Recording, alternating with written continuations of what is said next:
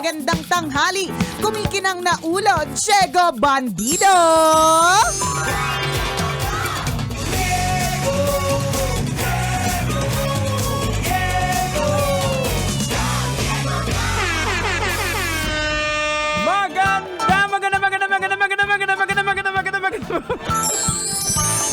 Kumikinang ina!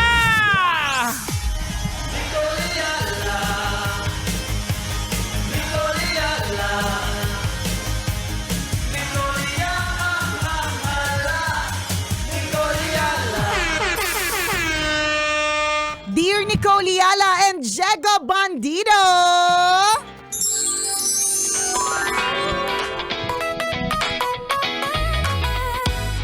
Daming ganap. Wala naman, kinakabahan lang kayo sa meeting. Actually, Ba't huwag kayong alam si nyo, Titan J. huwag kayong kabahan. O ganito po kasi wala nakaka-relate. Okay. Nagpatawag po na emergency meeting. So ngayon, pagpasok ko pa lang dito, parang lahat sila, bakit, saan, paano? Sabi ko, Ako nga hindi ko alam. tinatanong, so ikaw may idea ka? Hindi, wala nga eh. Wala. Hindi, ikaw pa yung mga ngiti mo. Pinagdududahan ka no? Oo. Sabi ko naman, di ba, alam niyo naman strength ko yung ideation. Pag hindi ko nailabas sa utak ko, mangingisay ako. Nangisay ba ako? Hindi. Kasi wala kang idea Wala akong alam. Yun lang yung ganap nila. Yun yung ganap ni, kaya sabi ni Diego, ang dami nangyayari. Sabi ko, parang wala naman. Parang wala naman. Pero alam mo, kung bakit parang may ganyang klaseng feeling sometimes. Siguro kapag ka Monday, aligaga. Na-experience nyo na po ba? Ewan ko kung naranasan yun. Pero kasi sa amin dito, for context lang, para mag-gets yung mga eksena namin dito. Senaryo sa isang opisina. Sa isang opisina, di ba? Kapag ka ang boss po ay nagpatawag ng emergency meeting, syempre meron niyang di ba? Una, yung word na emergency. Bakit emergency? I mean, ano yung pagmamadali dito, 'di ba? Laging ganun pag sinabi mong emergency, meron itong urgency. Correct. 'Di ba? Parang katulad ng kapag hindi naman masyadong super duper urgent, pwede namang i-text sa mga bagay-bagay. Yes, oo. Pero pag alam mong super urgent, anong gagawin mo? Itatawag. Ayan, tama. Hindi ba't kunyari pag madaling araw? Ako ito yung haters ko Ayaw na ayaw ko makakatanggap ng call ng madaling araw. Lalong-lalo na kung ang call ay galing sa nanay ko. Yan. Ibig sabihin yan, merong hindi magandang nangyari. Correct, 'Di ba? correct. Ibig sabihin, merong emergency. Maliban na lang kung lasing yung nanay mo. Correct. Kung alam mo nga nanay mo ay tumawag ng 2:30 at lasinggera siya, baka naman hindi emergency. Baka ang emergency niya, nak, kulang ba yung panginom ko? Baka pwedeng padala ka dyan, di ba? Pero kapag halimbawa, sa konteksto naman ng opisina, kapag ka nagkaroon ng emergency meeting, kahit na, yung bang feeling ba, Jex, na kahit wala ka namang ginawang kasalanan, parang mag-iisip ka ngayon, parang may kasalanan Hindi, ka. kasi ako natatawa ako sa kanila kasi nakita ko yung sarili ko dati nung bata ako dito. Kasi nga, nagulat ako si Titan Jella, andito ang aga, parang hindi Pero hindi daw ba't nakatulog. nag-basketball game sila today? Sabi ko, nakatulog ka ba kagabi? Hindi pa. Oo. Hindi. Kasi po yung patawag po ng emergency meeting parang Saturday. Tama ba? Saturday. So meron pang isang buong Sunday na mag-iisip ka na ang tagal naman ng Lunes, ano bang mangyayari? Tama. Ganon. Diba? Lalang, bukas balitaan namin kayo kung ano tong pinagkakatarantahan. And one thing's for sure mga kabisyo, this is a sign of overthinking. Yan. Sa totoo, kung halimbawa, alam mo sa totoo lang nung sinabi din sa akin emergency meeting, sabihin sa mga tao na dapat maka-attend, ganyan. Ang unang pumasok din talaga sa isip ko, anong ginawa ko? Pero kaya akong ginawa. Tapos, alam mo yung mag-flashback ka, may mga nasabi ba akong hindi tama? Meron ba ako nakwento ang hindi dapat? Bihira ka pa naman magkwento. Bihira pa naman ako magkwento. Siyempre yung kaba ko wagas kasi alam mo na, bihira ako magkwento, di ba? Yung mga ganong klase mga eksena. But one thing's for sure, sa lahat ng mga pag-overthink po natin, pansinin po natin sa ating mga buhay, ang dami na nating inisip na natin siya ng inisip, umabot na sa malayong inisip natin, di ba? Pero kadalasan, yung mga naiisip po natin na in-overthink natin, na hindi na natin in-enjoy yung buhay natin o yung present moment, hindi naman po talaga nangyayari. Di ba? Actually, asawa ko nga nagtanong nung nakita niya na may emergency meeting. anong nangyari? Oo, Ganun yung ganyan. reaction nila. Oo. Bakit? Oo, ganyan. Ganyan din yung asawa ko. Tapos ako naman parang, wala naman siguro yun eh. Nagtanong naman ako. Parang ayos naman. So, wala naman yan. Hindi naman yan para kabahan ng lahat. Oo, Ganon. kaya sinabi ko sa mga kasamahan ko dito, sabi ko, ganito na lang para hindi ka mahirapan, expect the worst. Ayan.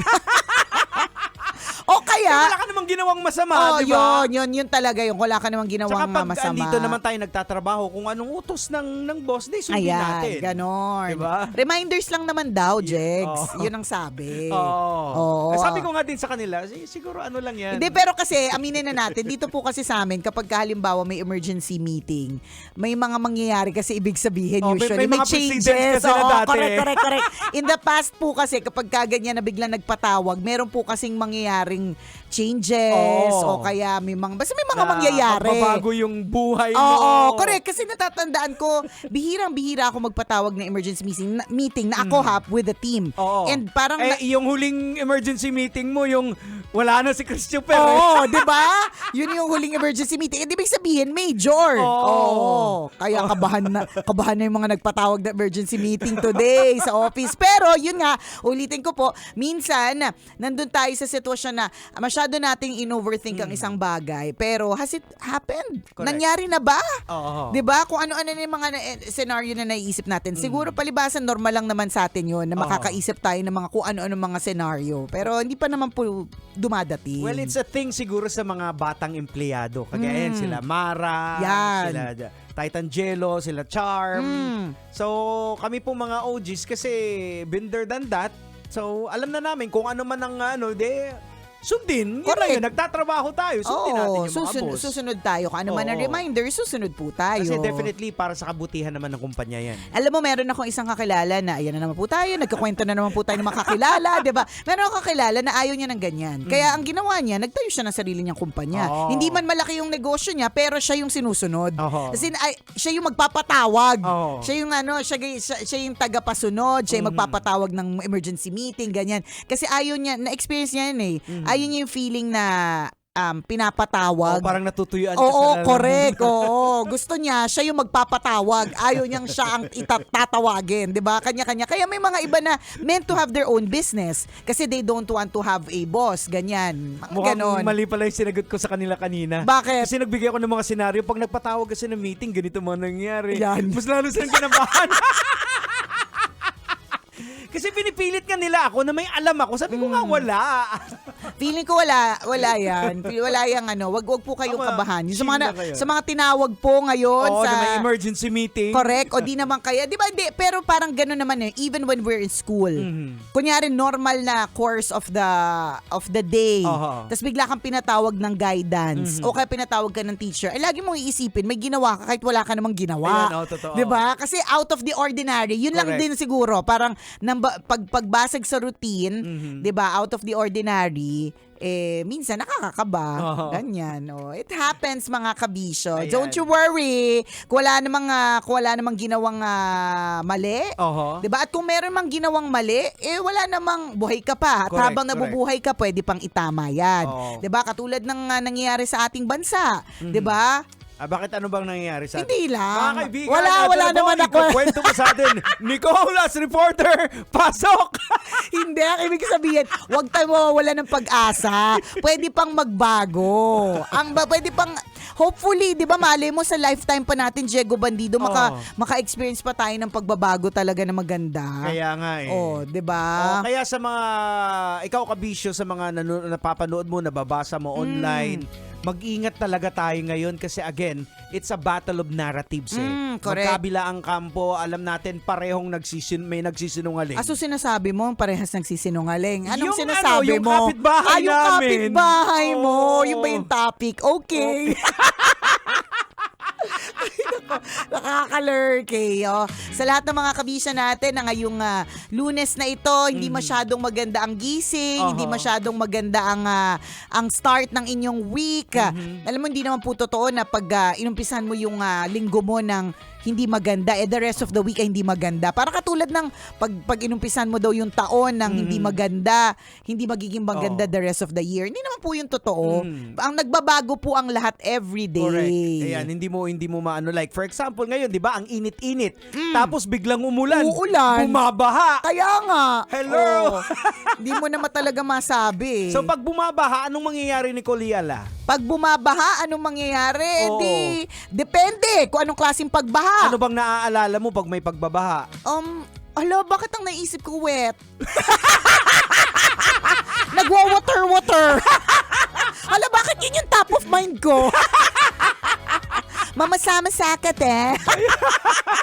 Oh, yun naman. Tapos ang rotational brownout na nangyayari ngayon. Uy, meron akong nabasa Oo. na ano. Pero syempre, alam nyo po, eto nga kakasabi lang ni Jegs, mag-double check po kayo bago kayo maniwala kasi kung ano-ano na rin yung lumalabas. Yeah. Pero meron akong nabasa, whether or not it's true, but hindi naman siya imposible na dahil dun sa rotational brownout, may yung mga hospitals na hindi handa for it. Tapos yung may mga equipment, may mga machine na naka-attach sa mga tao. May namatay dahil dun kasi hindi medyo matagal bago bumalik. And in fact, meron akong recent talaga na kwento ng isang malapit na kaibigan na isipin mo yung nanay niya mga 2 days sa ER ng government hospital.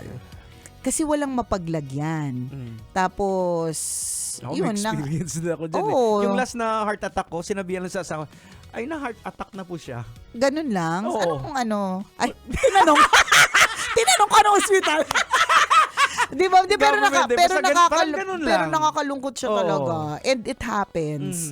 Nangyayari talaga siya. So, mararamdaman mo na walang urgency na parang it's just a normal day para sa kanila. At hindi naman din natin At hindi masisisi. na natin masisisi kasi ang dami din nilang pinagsisilbihan. Oo, correct. Tsaka Yun kulang yung- din sila sa mga gamit. Correct. Yun eh. 'Di ba yung kaibigan nga natin na Yumao, 'di ba? Nakasamahan natin sa DZRH. Yes, Yun yung oo. kwento ng mga Ay, kamag-anak. isa pa sa nakakalungkot 'Di din ba? yun. Na pagpasa-pasa kasi hindi kompleto yung Correct. ospital Kung na meron napuntahan. ng machine ata, walang operator. Walang operator. Yung ganun ba? At ang nakakalungkot dyan, yung nagiging normal na siya, tinitake na natin as tinatanggap normal. na lang. Oo.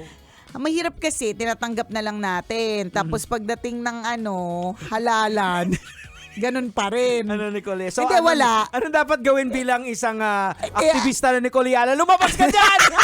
Ayaw, tago siya. She's asleep. Natulog. Yung pagiging aktivista ko, ginagamit ko muna sa ibang paraan. Pero it's just a reminder also, di ba, na sabi, ito totoo to tayo mga Pilipino, napakahilig nating sumuport sa mga international singing competitions, di ba? Grabe yung pagpili natin pagdating sa pageant. G na G tayo, talagang, bilang ako ay pageant lover, Jegs, talagang nakikita kong gaano ka-passionate ang mga Pilipino. Pagdating sa pageant, grabe talaga yung as in, palibhasa may isang kandidata, kaya talaga nilang i-scrutinize, pagka diin-diinan yung pag-understand sa kanyang buong pagkatao. So sana in the same way, kung gaano tayo nag-value na mga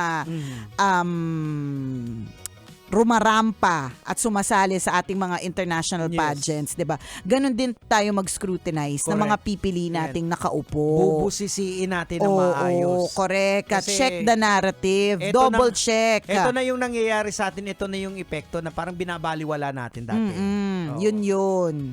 So, Kaya nga, ang punto natin ay ending na ng segment, Kaya di ba? nga. Exit na muna for now.